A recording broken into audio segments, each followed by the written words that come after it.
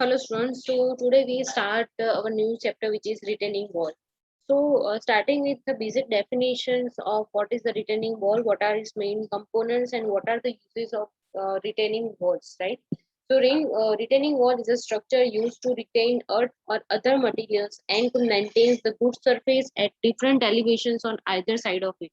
So retaining walls are used to retain earth or other materials which have the tendency to slide or and repose at a particular inclination. So they provide lateral support to the backfill, embankment, or in order to hold them in a vertical position.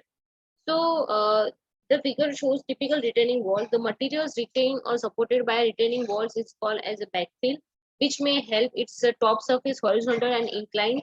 The portion of the backfill lying above the horizontal plane at the elevation of the top of the wall is called surcharge, and its inclination to the horizontal it called a surcharge angle, which is beta, right?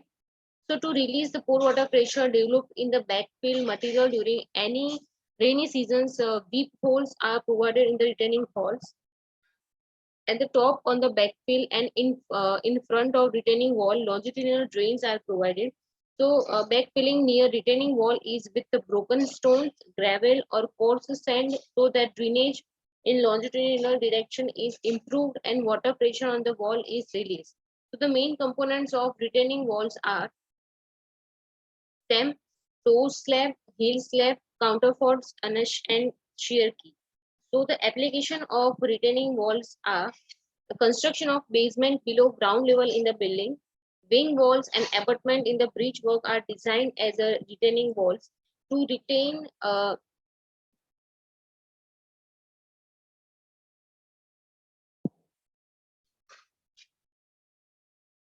Okay, so to retain slopes in a hilly terrain roads as sidewalls of bridges approach roads to provide lateral support to the embankment. So these are the main applications of the retaining wall. These are the typical figure of retaining wall. Here backfill is provided, and at the bottom of the backfill there is a gravel sand fillings are here, right? This is a toe, and starting point is considered as a toe, and ending is considered as a heel. Is a, here drain is provided, here whip holes are provided, stems is also provided, and here the angle between the surcharge and the drain is a beta angle, right? So what are the different types of retaining walls? So according to its shape and mode of resisting of pressure, there are different types of retaining water. First one is the gravity retaining walls, cantilever retaining walls, counterfort retaining walls, buttress wall, ridge abutment, and box culvert. Right. So first one is a gravity retaining wall, which is basically held by it's the gravity of the backfill material. Right. So here the body of the wall is provided, base provided, toe, heel, and the foundation of soil, backfill, surcharge, and large batter is provided, right? So here the semi-gravity retaining walls are here, right? So talking about the gravity retaining wall, so this gravity retaining wall is made of plain concrete or brick masonry. The stability of the wall is maintained by its own weight. So it is generally made up to the height of 3 meters of wall. Next is a cantilever retaining wall. So this is the most common type of retaining wall. It consists of vertical wall, which is known as a stem, heel, slab, and toe slab, which act as a cantilever beams. Its stability is maintained by the weight of the retaining walls and the weight of the earth on the heel slab of retaining wall. Right. So it is generally used when the height of wall is up to 6 meters. So cantilever retaining walls resist the horizontal earth pressure as well as other vertical pressures by way of bending of various components acting as a cantilever. So cantilever retaining walls are three types, which is the T shape, L shape, and T shape with a shear key. So first one here cantilever retaining walls are here, right? Next is a counterfort retaining wall. So in this type of retaining wall, the stem and the base slabs are tied together by counter force at suitable intervals. So because of provision of counterforts, the vertical stem as well as the heel slab act as a continuous slab in contrast to the cantilevers of cantilever retaining wall. So the toe slab, however, act as a cantilever bending upwards. So the counterforts act as a tension members to support the stem and reduces the bending moment in it. So it is also provides supports to the heel slab and reduces bending moment in it. So generally the counter forts are spaced at approximately one third of height of wall. So the stability of the retaining wall is maintained by the weight of the earth on the base slab and its self weight. So basically these are the economical for height over the 6 meters. Next is a buttress wall. So buttress wall is modification of counterfort retaining wall in which the counterforts call the buttress, which are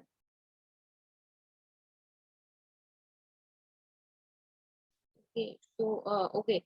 So which are provided to the other side of the backfill. So here counterfort retaining walls are given in this figure. Next figure is buttress retaining wall. Okay, so this buttress wall is more economical than the counterfort retaining wall. However, the buttress reduces the clearance in front of wall, and therefore these walls are not commonly used. So this buttress act as a compression members to support the vertical wall and the reduces bending moment in it. It also provides supports to the toe slab and the reducing bending moment in it. So it is basically provided at spacing equal to approximately one third of the height of the wall, right? Next is a bridge abutment. So wall type bridge abutment is similar to the cantilever retaining wall. So the top of the stem of retaining wall is braced by a deck slab of bridge. So the stem can be designed as a fixed at the base and simply supported at the top. Next is a box culvert. So box culvert acts as a closed rigid frames. It consists of either single or multiple cells. A box culvert, in addition to lateral earth pressure, resist the vertical load from soil above it and also the vehicle loads. Right. So there are the behavior of cantilever retaining walls. Right. The first one is when the loads on the vertical load, toe and heel slab. Right. Now second is the deflection profiles. Because of the increase in the load on this toe and the heel slab, there is a deflection in the whole vertical wall, right? And these are the reinforcement details, right? So deflection profiles are like that, right? When the load is applied, here the vertical for vertical wall and for the heel slab, and last is the cracks at the interface of counterforts and vertical heel slab. So what are the forces acting on the retaining wall? So it's a lateral earth pressure, self weight of retaining wall, weight of soil above the base slab, surcharge, soil reaction below the base slab, frictional forces at the bottom of the slab. Right. So these are the force acting on the retaining wall, which is active active earth pressure diagram and passive earth pressure diagram. So the a lateral earth pressure, the lateral forces due to earth pressure is the major force acting on the retaining wall. So active earth pressure by Rankine theory for the cohesionless soils are, it shall consider the following cases of cohesionless backfill. First one is a dry or moist backfill with no surcharge. Second is submerged backfill. Third is backfill with uniform surcharge. Fourth one is backfill with sloping surcharge. And fifth one is the inclined back and surcharge, right?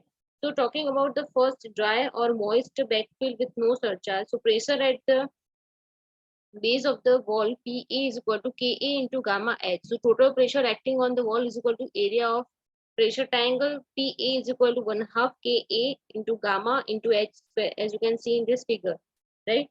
So the pressure act as a H by 3 above the base of the wall. If the soil is dry, so gamma is the dry weight of soil. And if the soil is moist, so gamma is taken as a moist weight of soil. Second one is a submerged backfill.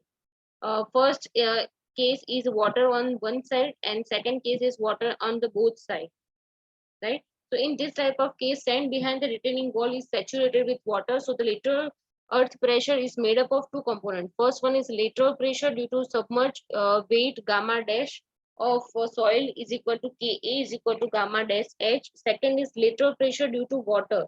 It is gamma W into H. So total pressure at the base PA is equal to Ka into gamma dash into H plus gamma W into H. So if the free water stand to both sides of the wall, as you can see in this case figure number B, so the water pressure need not to be considered and the net lateral pressure is given by PA is equal to Ka gamma dash into H. So if the backfill is partially submerged, so backfill is a moist to a depth H1 below the ground level. So then it is submerged. So the lateral pressure intensity at the base of the wall is given by PA is equal to KA gamma H1 plus KA gamma dash H2 plus gamma W H2. And in third case is a backfill with uniform surcharge. So if the backfill is horizontal and carries a surcharge uniform intensity Q per unit area, the total lateral pressure due to surcharge is equal to Ka into Q. So lateral pressure due to backfill is equal to Ka gamma H. So at the end, lateral pressure intensity at the base is Pa is equal to Ka into small q plus Ka into gamma H.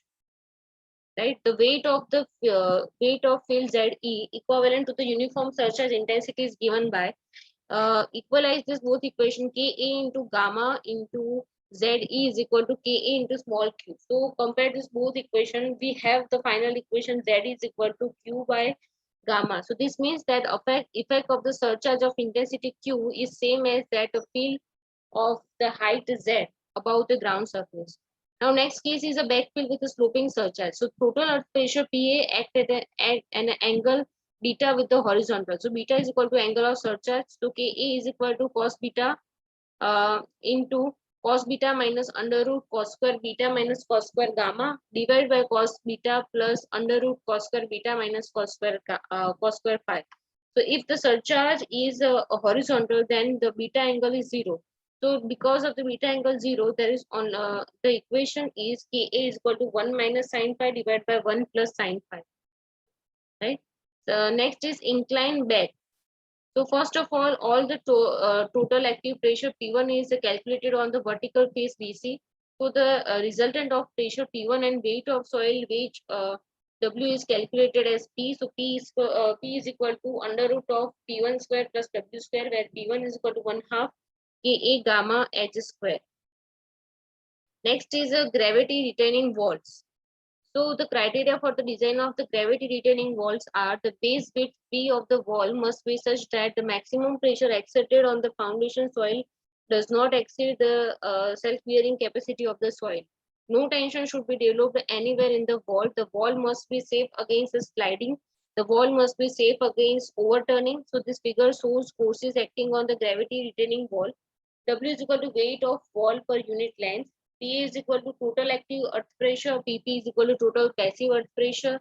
R is equal to resultant of all the forces acting on the base of the wall. So RB is equal to W plus PAB minus PPB. Here RH is equal to PAH minus PPH. So equating sum of the moments of all the equating forces of the moment of the resistance above the one. Here our final equation is x bar is equal to sigma m by sigma b. Here x bar is equal to distance of r from the toe of the base. Sigma m is equal to sum of moments of all actuating forces about toe. Sigma v is equal to sum of all the vertical forces. So the eccentricity E is equal to b by 2 minus x bar. So b is equal to base width of wall. So there are some stability checks here. So the gravity retaining wall should satisfy some of the following stability criteria. So first one is no sliding. The wall must be safe against sliding. So sliding forces are RH is equal to PAH. Resisting force is equal to mu into RV is equal to mu into sigma V. So mu is equal to coefficient of friction between base of the wall and the foundation of soil is equal to 10 phi. Factor of safety equation is equal to resisting force divided by sliding force is equal to mu RV divided by RH. So if the passive resistance is considered, factor of safety against sliding should be greater than 2. If the passive resistance is ignored, the factor of safety against sliding should be greater than 1.5. Second is no overturning. A wall must be safe against overturning about its toe. So Fs is equal to sum of restoring moment at toe, sum of the overturning moments at the toe. So final equation M0 is equal to PAH into Z1. So the factor safety against overturning should be at least greater than 1.5. Next is the tension, no tension. So tension should not develop anywhere in the wall. For no tension anywhere in the wall, the eccentricity should be not exceed B by 6. So here sigma maximum equation is equal to RB by B in bracket 1 plus 6E by B at the toe. And for the heel, sigma minimum is equal to RB by B in bracket 1 minus 6E by B. So three different cases depending on the value of E. So